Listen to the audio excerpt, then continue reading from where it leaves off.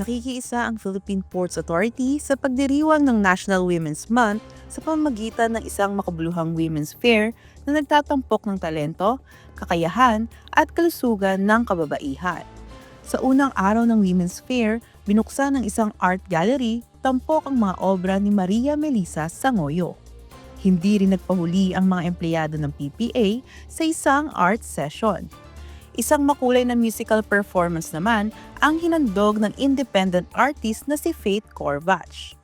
Nagkaroon din ng isang makabuluhang talakayan ukol sa resilience of women at work, kung saan hinikayat ang mga kababaihan na patatagin ang kanilang kumpiyansa sa sarili, kabilang ang confidence-building activities sa public speaking. Sa ikalawang araw naman, mas pinagtibay ang advokasya para sa kalusugan ng kababaihan.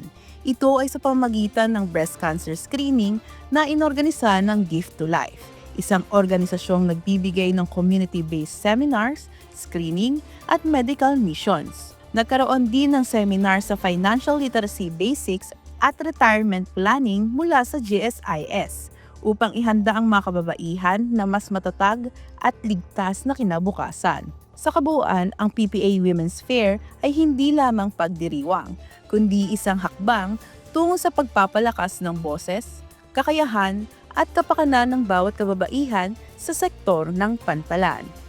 Ani Morales para sa PPA TV.